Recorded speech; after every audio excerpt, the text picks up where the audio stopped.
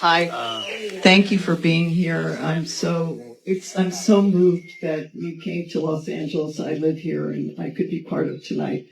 My question, as someone who meditates, when I get distracted, and I do, is what if it's something that I feel a connection with someone else or an animal that needs help? And it is a distraction, but it's also something that I feel brings me peace, and then I can share that. Thank you for the questions. As you already know, that is, those are distractions, and those shouldn't be with you during the meditation, during that sessions. You can think about it. You can have all those thoughts, wonderful thoughts, after that sessions, and it's okay. But during the meditation, you should just observe it and acknowledge it, but without pursuing it, without going forward and think about it. That would help you, that would change, okay? You can think of those after the meditation. Hi, I have a question about, you were speaking about non-reactivity, and I'm wondering if you could speak a little bit more or offer anything additional regarding when, someone is treating you very badly, intentionally, on purpose type of thing, as opposed to just road rage, like when it's direct. If you could offer anything about that. During the walk, we encounter a lot of things during the walk. Let's just say protester. They protest us while we are not doing anything. We are not trying to convert anyone. And we are not talking about religious. We're talking about peace. But we get protest. And then there are people curse at us as well, looking straight to our face and curse at us and shout at us. And there are people with a really big truck, and they step on the gas pedal so that the black smoke come out and cover all the monks. A lot of things like that when we walk. When we see when we encounter those incidents, we also react. But the way of us react is also smile, look at them, and then may you be well, may you be happy and be peaceful. That's what we did. And then we move on, continue with our walk. That person receive our blessing. May you be well, be happy and be peaceful. Probably at that moment, he will not understand, will not get that message, or not even care about it. But probably later in his lifetime, something hit him mentally, okay? Something touched him. He start to rewind that to that time when he get that blessing, when he done that to the monks. And then the monks, instead of react with anger, he say, may you be well, be happy, and be peaceful, with a smile. That would change him. That would help him to change the way of communicating with the others.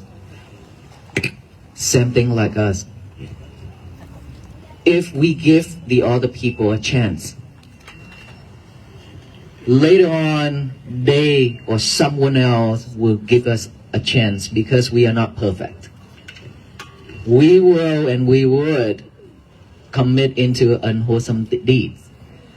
And of course, we also want people to give us a chance to fix, right?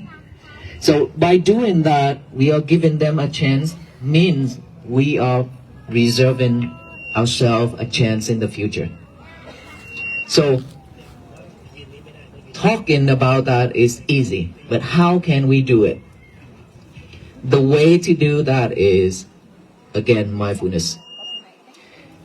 If you are not mindful at that moment, you would pursue that anger by saying harmful words, by doing harmful things to the people, to those people, and at least you're talking within your mind. Okay, at least at the beginning.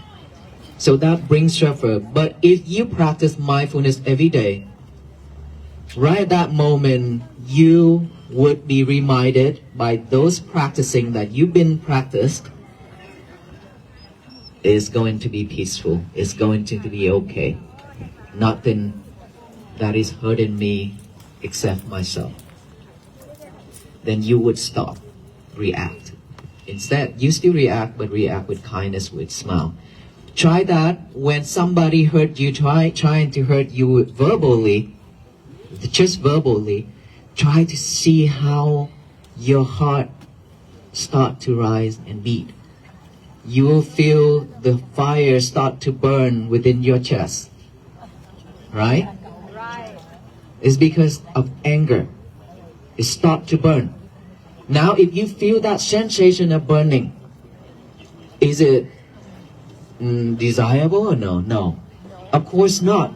Then if you know that is hurting, you are hurting yourself, then you would take a deep breath. Take a deep breath, deep breath, and deep breath until you stay calm. And remind yourself that it's okay. It's okay. Breathing, breathing, then you'll be okay. That is how we react. That is how we work upon it. But in order for us to remember all those, you have to practice mindfulness.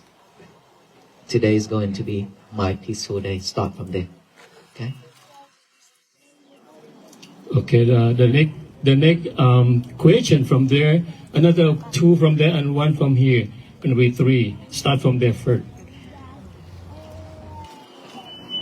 Well, I'm so happy to see you. We see you on television. On my chair, just watching you move so easily among America, especially the South. My God, my question is simple. What is the purpose of meditation? And what does it get you anything? Or do you meditate with a purpose?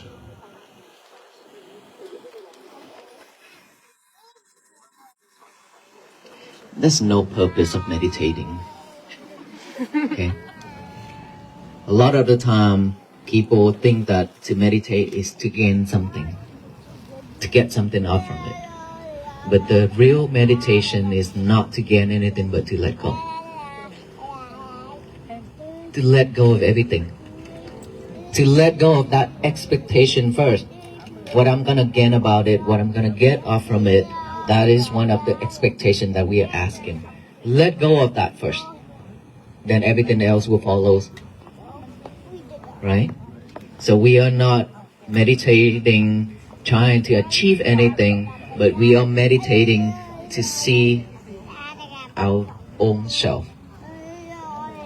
Because that is when you could see a lot of things that you have never seen about yourself before, which is your mind. Okay? Hello. Thank you to all of you for being here with us this evening and sharing such wonderful messages. I have a question about surrender. You just said it's about the letting go. I've studied different forms of mindfulness, peacefulness, hearing all sorts of things, and there's always this allusion to being able to completely surrender. And could you speak a little about surrendering? Because I'm not very good at it.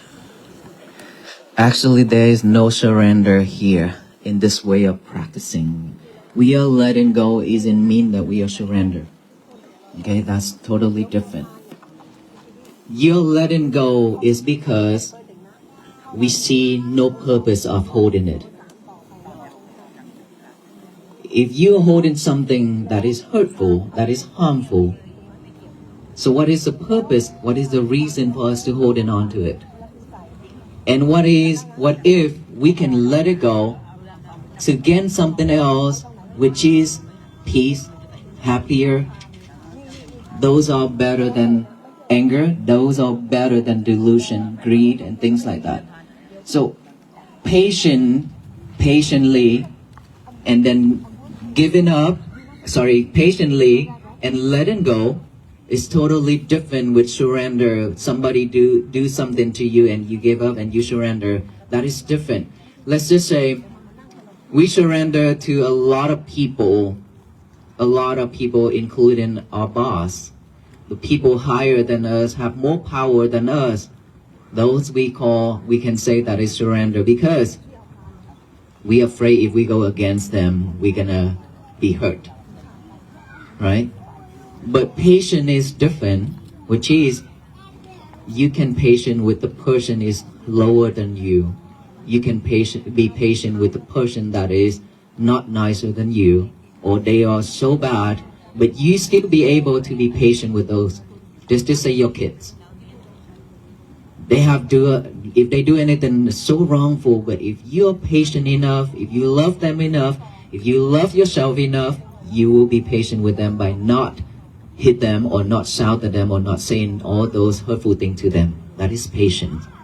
But if you surrender means when you are trying to do something and when you're trying to run away from something and then you found out that you cannot run anywhere, then, okay, I give up.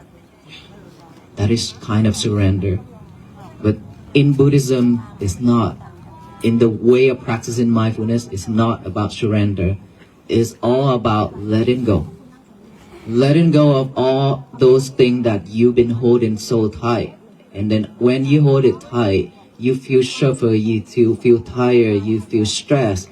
Because when you practice, the more you practice, the higher you are, then that is not the right way. When you sit down and breathe in and breathe out, after you finish, you feel so tired and exhausted. That is not the right way to practice.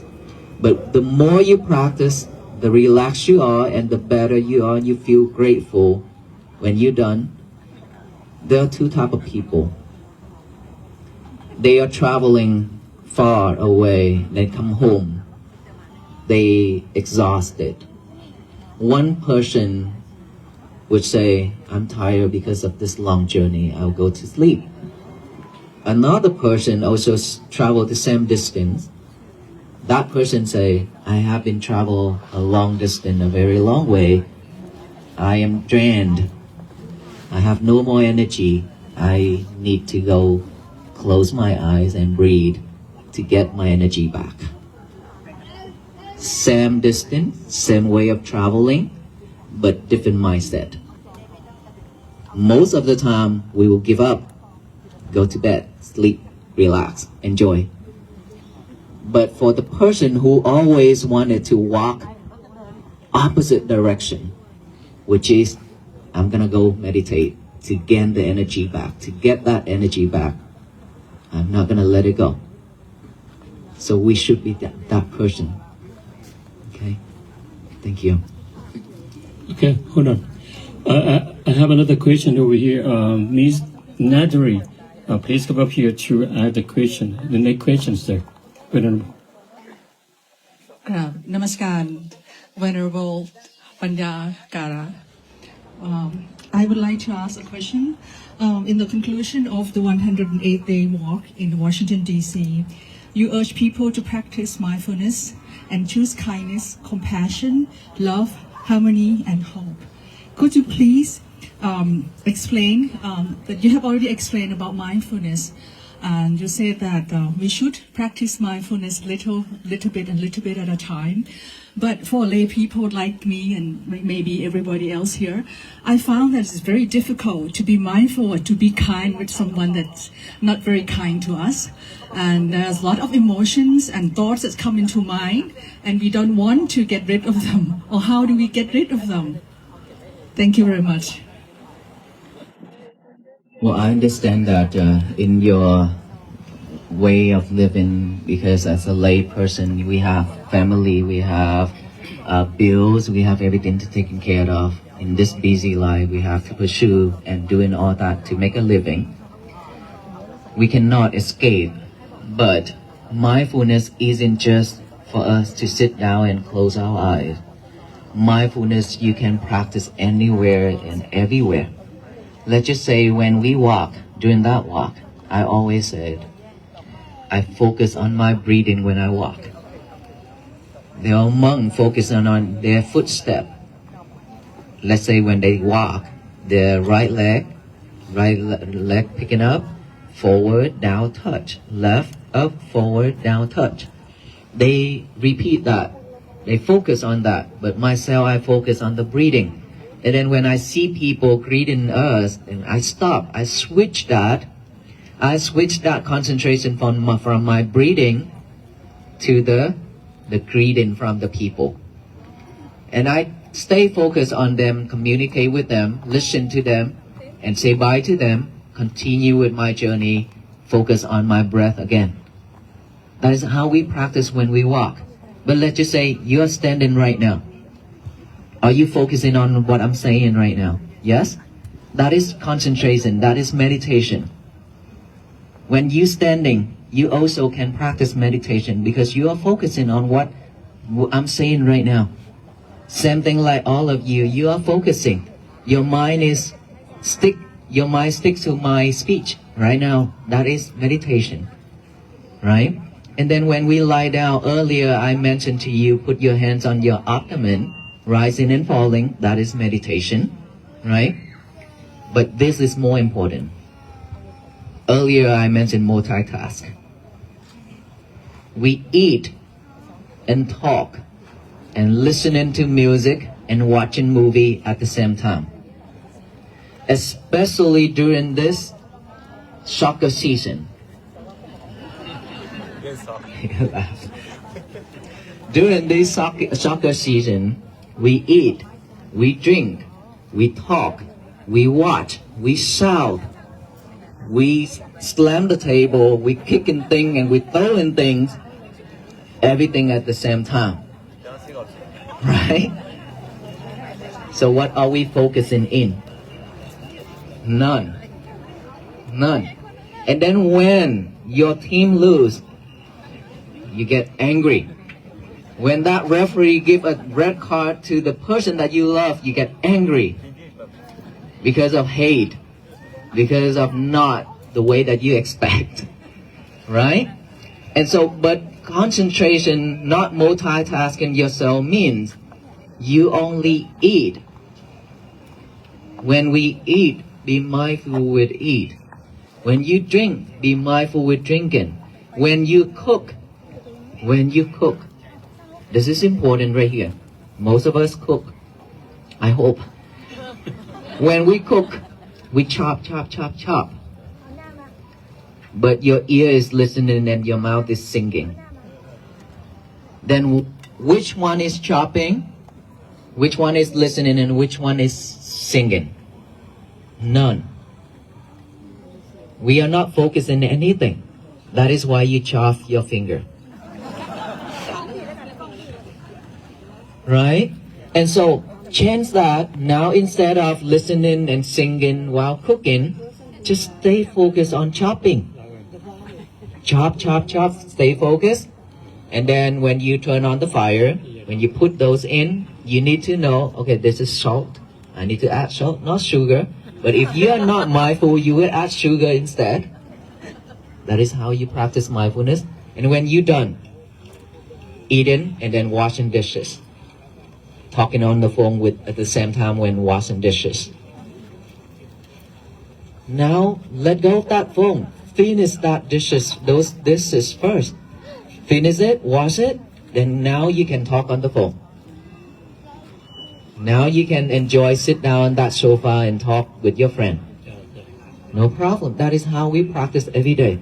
But the reason why we cannot gain anything off from it is because we always expect the result, the outcome right away. When we practice not long enough, but we want everything to be settled, then everything will keep on talking and keep on acting. But if you let go of that expectation, then everything will follow along. This take a longer time to practice, but it depends on us how much time and effort we are putting in to practice. Any reason behind that, those are just excuses, to be honest. because we have our own choice, right? They can be hateful, but we can be kinder. It's our choice. It's not their choice. Let's just say he is holding the rope of fire, the fire rope, he threw it to you. Are you holding it or no? You shouldn't. You shouldn't hold it, but you do. You shouldn't, but you do. You catch it, you hold it. Why I say that is because you reacting. You get angry because if he's saying that, he doing that. That means he throw. Even though you know that you shouldn't catch it, shouldn't hold it, but you also holding it while you thinking. Because you're reacting. You don't know that he is suffering. Before he say that, he suffered himself already. Because it's the progress of thinking, I need to tell her this, I need to tell her that. She can't be doing this. I cannot accept this. You see, that whole process of talking by himself in his mind is already suffer. Isn't it? Yes? Now, he moved from that thought out to this mouth and said it out loud. He suffered double. He suffered double. Because when he speak out, he would raise his voice. Because that mind is angry mind. And now so he need to raise his voice to make sure that you hear him. His voice can be heard. That is why he raised his voice. And the more he raised his voice, the sufferer he is. You don't see that. You only see that I am suffering. I am only the person who's suffering. No, it's not you. You can be happy and peace, but he already suffered. It's your choice. It's your choice to stay happy and peaceful, but he have no choice. Because he already committed. He already suffered. He have no choice to change, to stop. To start over. But from there, you would be the person who could help him to end that anger by looking at him, give him a smile, and say, honey, today is a peaceful day. Then everything will be soft, right? Thank you. Sadhu. So another one last question because the time ran out. So one last question, and we're gonna go let Venerable talk about his project. Okay, then one last question. So let's go. Venerable Panyakara, I come today as a messenger on behalf of my community, my family, and myself to simply say thank you. You have changed our lives. And as for me personally, you saved mine. But I wanted to be able to tell you thank you.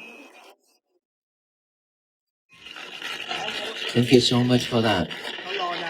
Okay, yeah, one last That means question. a lot. Because of one Venerable, one last question. Could you please come over here? Yeah. We live in a world that often feels like it is spinning a little too fast. From the moment our alarms pull us from sleep, we are thrust into a whirlwind of responsibilities, digital notifications, and the relentless hum of modern expectations. We carry the weight of our families, our careers, our bills, and our futures on our shoulders, navigating a landscape that constantly demands our attention and our energy. In the quiet moments between the rush, when we are finally alone with our thoughts, a profound yearning often rises within us, a gentle, persistent ache for peace. We long for a quiet harbor, a sense of stillness amidst the chaos. Yet, we frequently search for this peace as if it were a distant destination. A place we might finally arrive at once all our tasks are completed and our lives are perfectly arranged. The beautiful truth, however, is that peace is not something we have to travel miles to find. Nor is it a prize waiting for us at the end of an exhausting journey. It is a conscious choice, a gentle step we can take right here, in the very heart of our beautifully messy lives. It is the simple, profound act of coming home to ourselves, moment by moment. When we first begin to seek out this inner quiet, we often bring our everyday habits with us. We approach our minds with the same consumer mindset we apply to the rest of our lives. We sit down, close our eyes, and wonder, what will I gain from this? What is the purpose? Will this make me more productive, more successful, more relaxed? We treat mindfulness as just another item on our endless to-do list.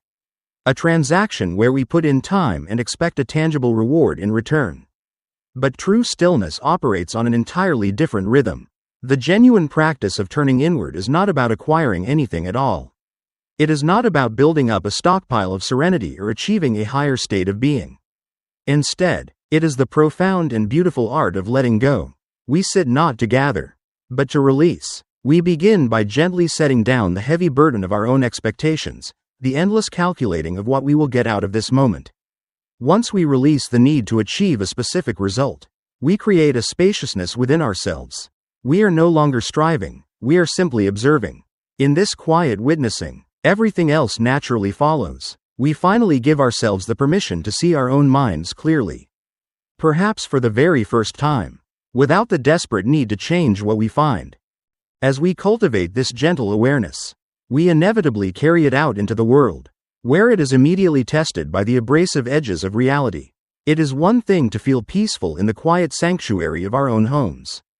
But it is quite another when we step outside and encounter hostility. Imagine walking down a street, simply existing, perhaps holding a deep intention for harmony in your heart, only to be met with inexplicable anger. People might hurl harsh words, look you directly in the eye with contempt, or act with deliberate unkindness, much like the aggressive drivers who might purposefully release dark exhaust smoke just to cloud the path of someone walking peacefully. Our deeply ingrained instinct is to react, to fight back, to let the heat of their anger ignite our own. We feel our heart rate spike, and a familiar fire begins to burn within our chest. But mindfulness offers us a radical alternative. When we are truly present, we realize that we have a choice in how we react. Instead of throwing fuel on the fire, we can meet that hostility with a disarming, quiet strength. We can look at the person who is cursing at us and, either silently or softly, offer them a sincere blessing. May you be well, may you be happy, and may you be peaceful. This response is not a sign of weakness, it is an act of supreme emotional fortitude. The person projecting their anger may not understand your blessing in that moment. They might not care, or they might even mock it.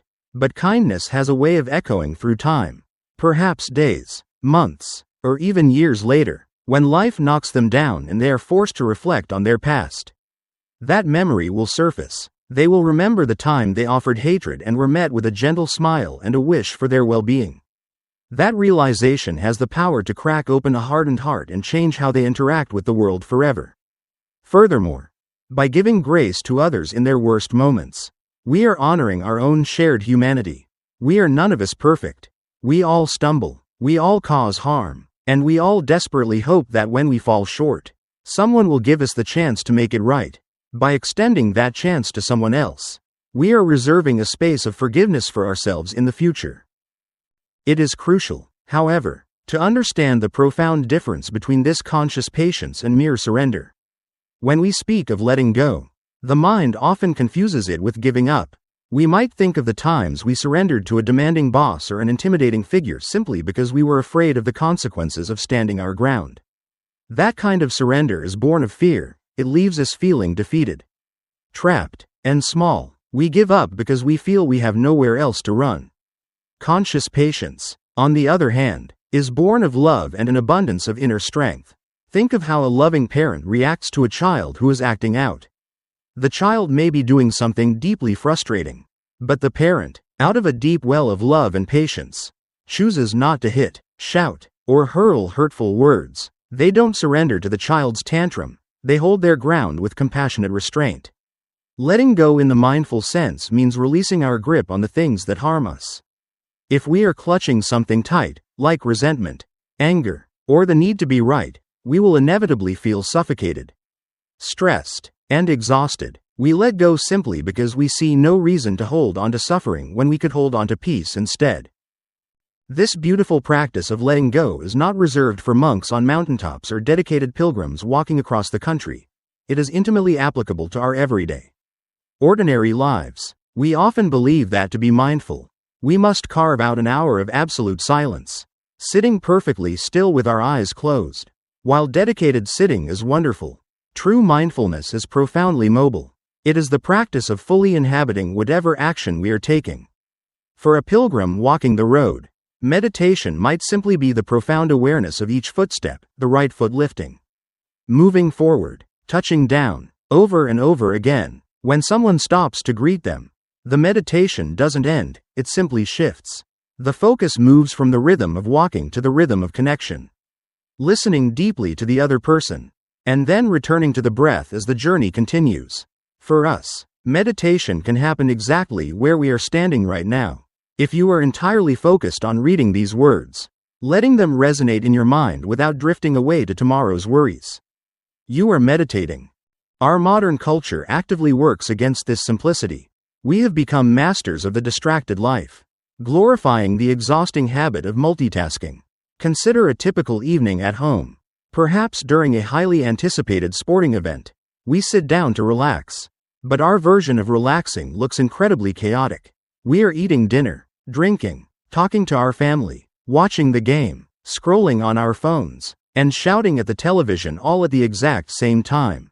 When the team loses or the referee makes a bad call, we erupt in anger, slamming the table or kicking the air. We are doing a dozen things at once, yet we are truly focused on absolutely none of them. Because our attention is fractured into a million pieces, we end our supposed leisure time feeling more drained and agitated than when we began. We have spent our energy without nourishing our spirits.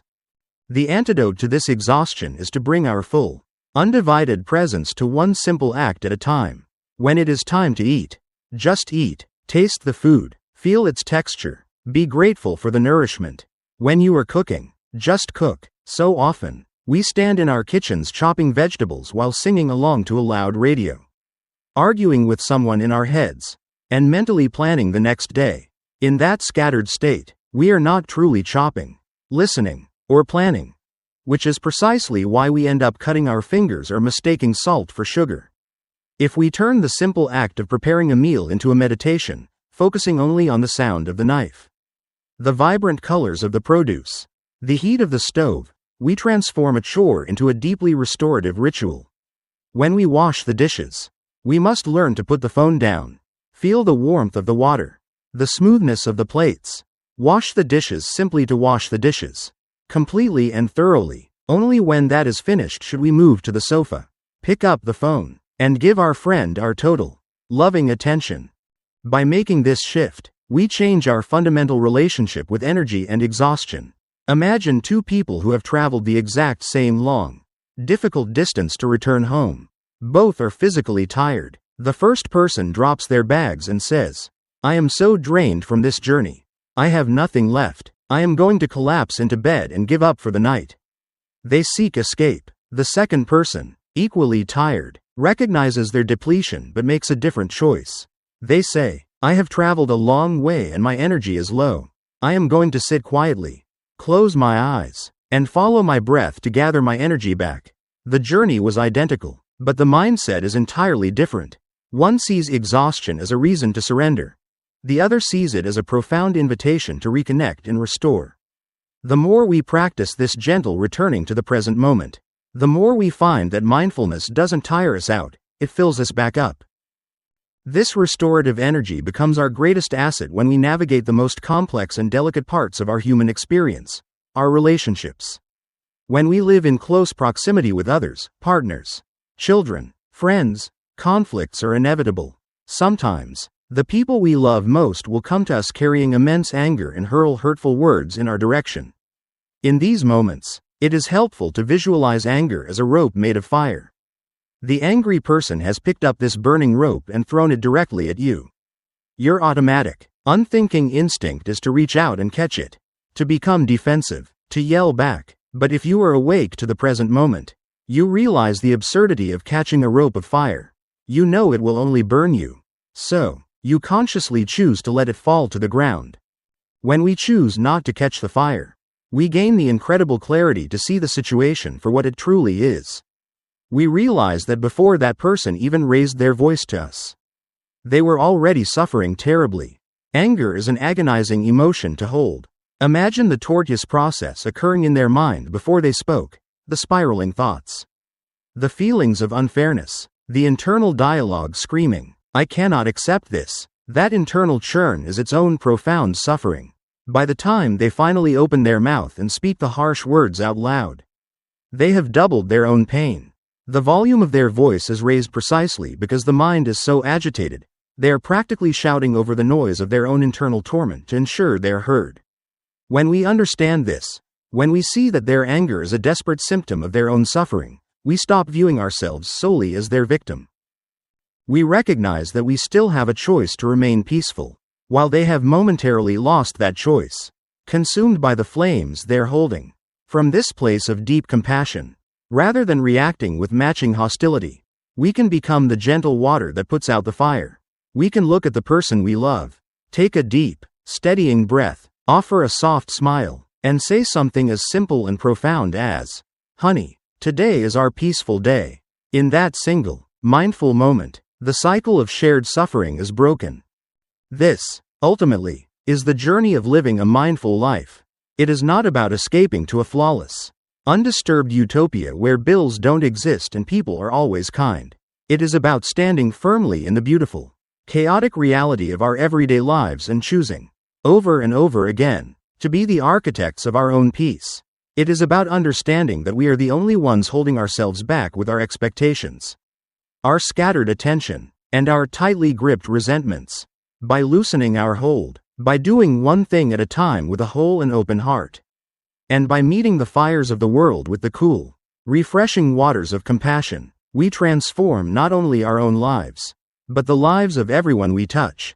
Every breath is a new opportunity to drop the heavy burdens we carry. Every step is a chance to walk toward harmony. The path is always waiting for us, right beneath our feet, gently inviting us to cherish this fleeting, miraculous moment, and to simply, beautifully, let go.